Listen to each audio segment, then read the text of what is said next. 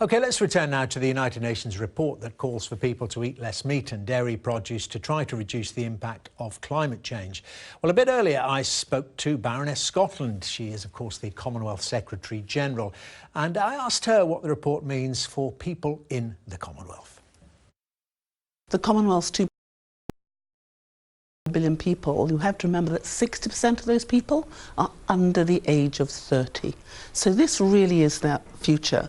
And you can see that our young people understand that they have to do something in order to help our world become more sustainable. And those 53 countries have 46 of them are ocean states, and we have 31 of the 39 small states in the whole world. And so if you look at who has been the first set of countries who've really suffered from climate change, it is the small states of the Caribbean, of the Pacific, of the Indian Ocean. You remember what happened in 2017 when a number of our small states were literally destroyed. The country of my own birth, Dominica, we suffered Hurricane Maria, 226% of our GDP gone. So although these countries haven't caused it, they're suffering from it. And so the Commonwealth has since 1989 been screaming that climate change causes an existential threat and we need to do it. And the great thing about our Commonwealth is we have 6 regions. So we've got Africa, Asia, the Caribbean, Europe, the Americas, all of us working together with the Pacific, which is particularly vulnerable. And together we are finding some of the things that will really make a difference, but we're also finding the things by sharing information that we have not to do and to stop doing. And we are sharing our failures and our successes. And with 1/3 of the world saying, we are committed to this, we will do everything within our conceivable interest to make this difference, we're starting to see things turn around. But you say, Baroness Scotland, not causing it, but this in part, isn't it, is just about sheer numbers of people and the need to feed, clothe. Absolutely. The world population keeps growing. They're both affected by it, of course, but partially the cause, unwittingly maybe. No, but absolutely. But the thing that we have to realise is human genius got us into this problem. And human genius is going to get us out. Because if you think about what we were doing on developing, we didn't know that the things we would do on industrialisation was going to cause carbon heat. We didn't know that we were storing up real problems. When we started to know it, it was in the science. And I've just come back from Malta. I was speaking to Professor David Attard, who was one of the Commonwealth experts who first identified that we need to make a difference. And he and others helped us in 1989 at the Langkawi conference in Malaysia to say we as a Commonwealth had to make a difference.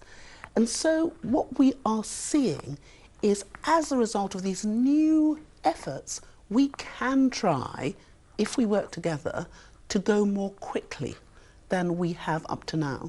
I mean, do you think it is possible that such a fundamental, and this is what we're talking about, this is what this report highlights, such a fundamental rethink about land use, about so many other things, is possible, and the world population can still keep growing and still be fed and housed and indeed improve their standard of living? Well, when I became Secretary-General in 2016, because of the nature of the Commonwealth, we absolutely feared that this would go faster than everyone thought. So we got everyone together.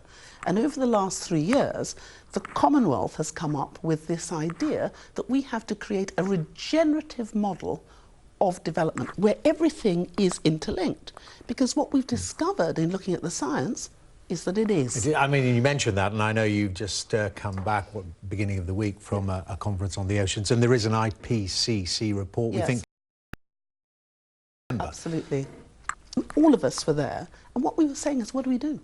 What do we do? Because we cannot just continue to work on our own. We are going to have to pool all the knowledge we have. And what we said is, if not now, when? And if not us, who? Who's going to do this? This is in all of our hands. But presumably the answer to that is it has to be now and it has to be us. Absolutely. And this is what We want now very practical action. It's not just about talking, it's about saying to every single one of us, me, you, everyone, okay, I am part of this, but I am also part of the solution. So what can I do which will make a difference? And it's like understanding that we have to start from where we are. We can't pretend we'd like to go back 100 years and reinvent the thing. No. But there is so many exciting things happening now. We in the Commonwealth have created the Innovation Hub. It's thecommonwealth.org. But we have created this so that everybody who's doing some exciting stuff can post it and share it. And so if you have done this and it's been brilliant, I don't have to do it and I can share it. But what if you've done it and you found out it doesn't work? So we'll save time and we'll save money and we'll go faster. But what we really have found out is it has to be regenerative, it has to be holistic. We cannot work in silos, and there's no point us saying, well, I'm only for oceans, or I'm only for land, or I'm only people's development and human activity. It has to be all of it. All of it. It's all joined up.